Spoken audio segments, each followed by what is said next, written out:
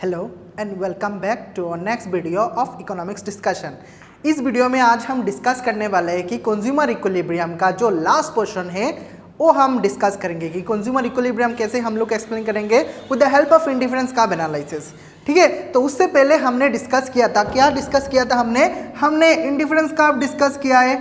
ठीक है, उसके बाद हमने डिस्कस किया है बजट लाइन का शेप। ठीक है, सो इंडिफरेंस कर्व क्यों और इंडिफरेंस कर्व मतलब सेम सेटिस्फेक्शन देता है हमने डिस्कस किया है। अगर आप लोगों को क्लियर नहीं है तो प्रीवियस वीडियो देख लेना। ठीक है, higher indifference curve represent higher level of satisfaction. So हमने प्रॉपर्टीज जो है इंडिफरेंस कर्व का वो डिस्कस किया है। ठीक है, इंडिफरेंस कर्व क्यों हम लोग सेक्रीफाइस करें वाई एक्स के लिए, because marginal rate of substitution के लिए। ठीक है, वो हमने ऑलरेडी डिस्कस कर लिया है। हमने बजट लाइन भी डिस्कस किया है। बजट लाइन क्या है? Different combination of two goods that can be purchase by the consumer with the given level of income and the market prices. So ये बजट लाइन हमने डिस्कस किया है। दोनों का प्रॉपर्टीज जो है वो हमने डिस्कस किया है। ठीक है, तो इस चैप्टर जो है वो थोड़ा क्रिटिकल है, हम लोग को अपनी तरह से सीखना है। ठीक है, तो सबसे जो लास्ट वाला पोर्शन है वो इस चैप्टर का हम डिस्कस करेंगे। क्या है last? Consumer equilibrium with the help of indifference curve analysis.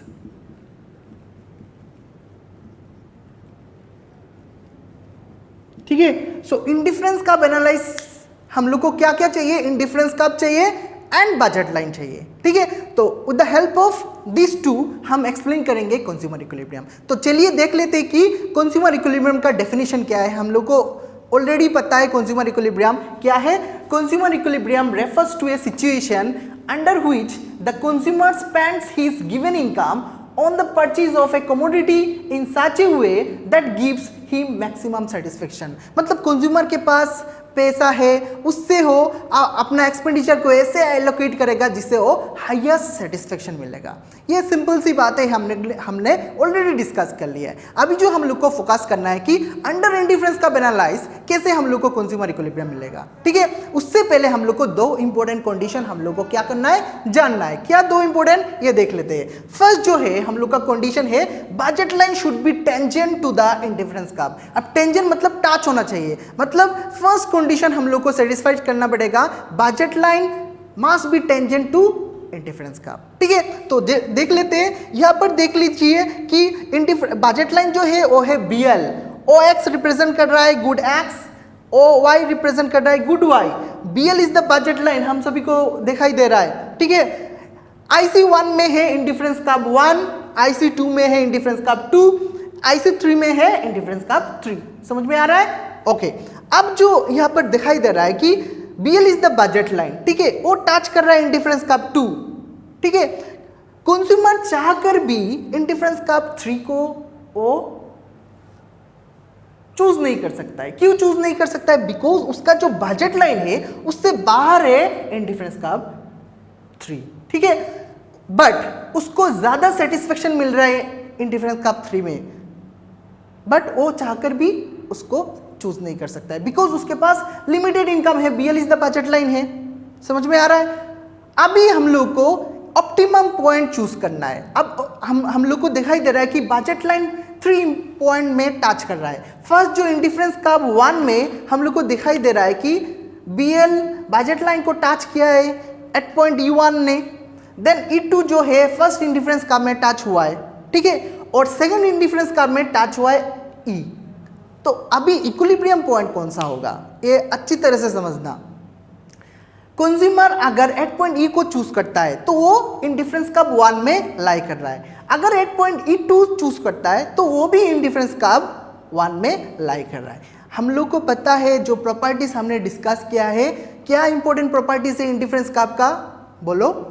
Indifference curve का सबसे इंपॉर्टेंट प्रॉपर्टीज है कि higher the indifference curve represent higher level of satisfaction. तो यहाँ पर consumer at point E choose करेगा बिकॉज जो है उसको ऑप्टिमम मिल रहा है, good X and good Y जो है उसको ज्यादा मिल रहा है इस पॉइंट में।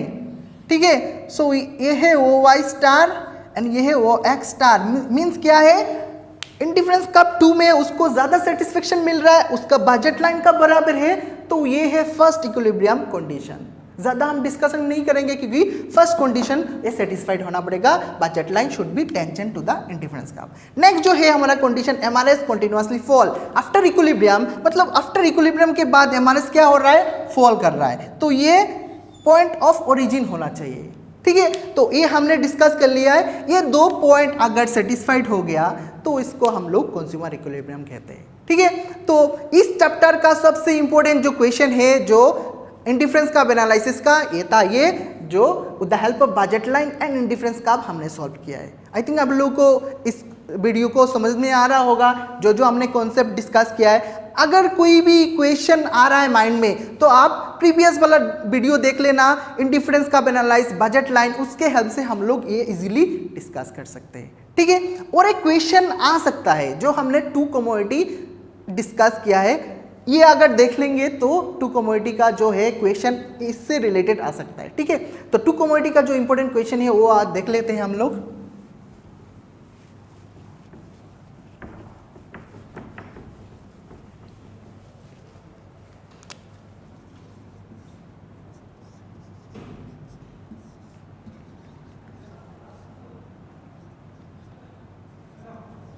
ठीक है, सो ये अगर क्वेश्चन आ गया कि mu x marginal utility of x divided by px less than equal to mu y divided by py, तब कंज्यूमर क्या करेगा। मतलब हम लोग को पता है कि टू कमोडिटी में mu x divided by px equal to mu y divided by py, ये कंडीशन इक्वल होना चाहिए। तो ये इक्वल करने के लिए हम लोग को क्या करना पड़ेगा, मतलब अब देखिए marginal utility x divided by px जो है ये हम डिस्कस जो कर रहे हैं वो सेपरेट है, इंडिफरेंस कर्व में कंपेयर मत कीजिए, ये टोटली डिफरेंट है। ये हमने टू कमोडिटी जो क्लियर किया था उसका जो थोड़ा सा पोर्शन रह गया था वो हम डिस्कस कर रहे थे। ठीक है, तो वो अच्छी तरह से समझना। तो ये कंडीशन है, ये कंडीशन पाने के लिए हम लोग को क्या करना पड़ेगा, यहाँ पर देखिए कि marginal utility y of y commodity divided by price of y commodity consumer ज़्यादा कंज्यूम कर रहे हैं, तो उसको इक्वल करने के लिए हम लोग को क्या करना पड़ेगा, y का कंजम्पशन हम लोग को क्या करना पड़ेगा, बड़ा मतलब इंक्रीज करना पड़ेगा। ठीक है, बढ़ाना पड़ेगा हम लोग को।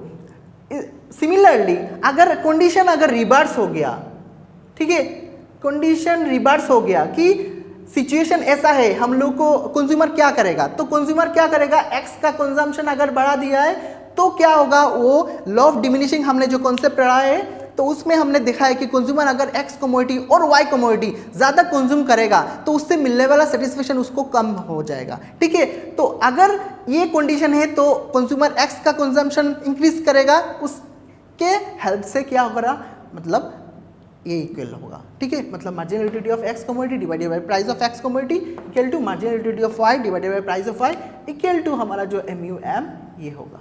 ठीक है, सो ये है हमारा क्वेश्चन। तो इस जो हमने पूरा चैप्टर में क्या क्या डिस्कस किया है, हमने डिस्कस किया है यूटिलिटी एनालाइज से कैसे एक्सप्लेन करते हैं, consumer equilibrium in case of one commodity हमने डिस्कस किया है अच्छी तरह से, टू कमोडिटी हमने डिस्कस किया है, ऑर्डिनल वर्सेस कोऑर्डिनल हमने डिस्कस किया है, इंडिफरेंस कर्व डिस्कस किया है, बजट लाइन प्रॉपर्टीज हमने अच्छी तरह से डिस्कस किया है, एंड लास्ट जो हमने थोड़ी पहले हमने डिस्कस किया है कि consumer equilibrium with the help of indifference curve analysis. ये बहुत ही इंपॉर्टेंट क्वेश्चन है, अक्सर 6 मार्क्स के लिए रहता है। तो हमारा जो एग्जाम के लिए ये सभी इंपॉर्टेंट है, हम लोग को टोटल यूटिलिटी जानना है, मार्जिनल यूटिलिटी जानना है, law of diminishing marginal utility जानना है, ये सभी अगर हम लोग प्रिपेयर कर लेते हैं तो इस चैप्टर से एक भी मार्क्स हम लोग को नहीं जाएगा।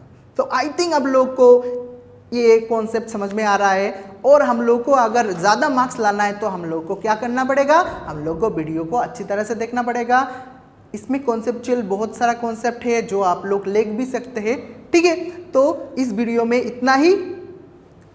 रेगुलर अपडेट के लिए आप लोग सब्सक्राइब कर सकते हैं चैनल को। Thank you so much for watching this video.